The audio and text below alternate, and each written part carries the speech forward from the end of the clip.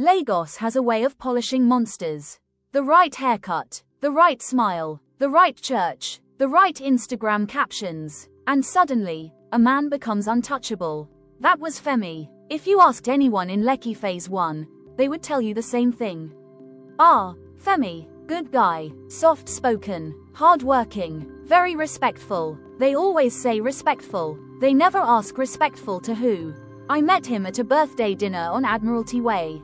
He noticed me before I noticed him. Or at least that's what he told me later. You look different, he said. Different how? Like you weren't trying. It sounded like a compliment. It wasn't. That was the first thing I learned about Femi. His compliments were evaluations. He was always studying me, the room, everyone, but he did it with a smile. And Lagos loves a smiling man. 3 months later, I was spending most nights at his apartment. Ocean view, minimalist decor, soft jazz in the background. Everything curated, even the arguments were curated.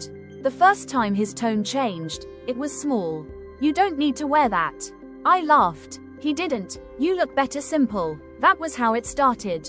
Not shouting, not rage, just quiet correction. And I corrected, because that's what women are trained to do. Adjust, soften, explain. The first time he grabbed my wrist too tight, he apologized immediately. I just don't like disrespect, he said. You know I'd never hurt you. That sentence, I'd never hurt you, it's always said by someone who already has. I should have left, but I didn't, because by then, I had heard the rumors. And I wanted to know something. Were they true? Lagos whispers. It never accuses. It never confronts. It whispers. She left quietly. She moved to Abuja suddenly.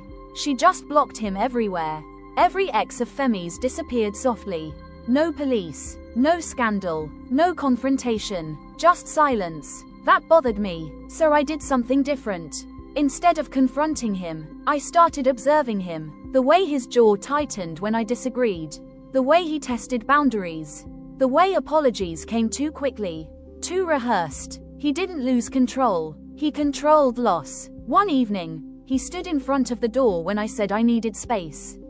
Not violently, just present. You're overreacting, he said calmly. Sit down, let's talk. I looked at him, and something clicked. He didn't want love, he wanted compliance. That night, I made a decision. Not to leave, not yet, but to prepare. The strongest trap is the one that thinks it is safe. I bought a second phone. Not expensive, not flashy, just functional. I turned on voice recording whenever conversations became tense. I screenshot every message, saved every voice note, backed everything up to encrypted storage. He didn't notice, because men like Femi never think the quiet woman is calculating. They think she's afraid. I met one of his exes. ADA. She almost didn't agree to see me. I don't want trouble, she said over the phone. You won't get it, I replied. We met in a quiet cafe in Surulere. She didn't look broken, she looked tired. He isolates you first, she said. Then he corrects you. Then he convinces you it's your fault. She showed me old messages.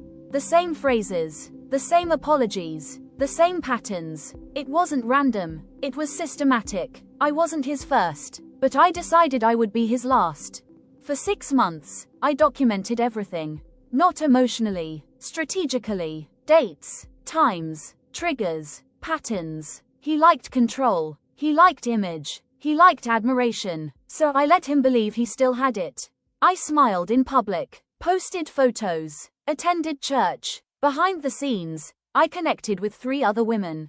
3. That's when it stopped being personal and became criminal. We compared timelines. He overlapped relationships, used identical scripts, applied pressure when women threatened to leave. He never escalated publicly. He escalated privately. Smart, but not smart enough. Because patterns create proof, and proof creates collapse. He proposed on a rooftop in Victoria Island. Sunset. Photographer hiding behind plants. Rose petals. It looked perfect. I said yes, and that was the moment he lost. Because he relaxed. Men like him become careless when they think they've secured ownership. The engagement party was 3 months later. Family, friends, co-workers. He gave a speech about loyalty. I almost admired the confidence. Then it was my turn. I walked to the projector. Before we celebrate, I said calmly, there's something I want to share. He smiled. The video began. Clips, voice recordings, messages, repeated apologies, threatening undertones, manipulative phrasing, then testimonies. Not dramatic, not exaggerated, just truth. The room shifted. Whispers turned into silence. His smile faded slowly, but he didn't explode. He leaned toward me and whispered, "You think this ends me?" I looked at him. "No," I said softly. "It begins you." Because I had already sent everything to a lawyer and the police. The case moved quickly. Multiple witnesses, digital records, pattern documentation. He tried to claim manipulation, but consistency defeats denial. In court, he looked smaller. Not physically, energetically. When the judge delivered the sentence, he didn't shout. He didn't beg. He just stared at me. Not angry, studying. That was the unsettling part. Justice was served. Publicly, legally, completely. He lost his job, his church title, his reputation, his freedom. Lagos moved on. It always does. Months passed. I moved apartments, changed routines, changed circles. People called me strong. They said I was brave. They said I was inspiring. But strength is expensive, and bravery leaves residue. One morning, I stood in front of my mirror. I noticed something. My eyes no longer softened automatically. When a man spoke to me kindly, I evaluated tone. When someone apologized, I analyzed rhythm. When someone complimented me, I checked intention. Femi was in prison, but the vigilance remained. One evening, a new man sat across from me at dinner. Kind, respectful, gentle. He laughed easily, but when he reached across the table unexpectedly, I flinched. Not visibly, but internally. And that's when I understood. Justice doesn't restore innocence. It replaces it with awareness. Weeks later, I received a letter.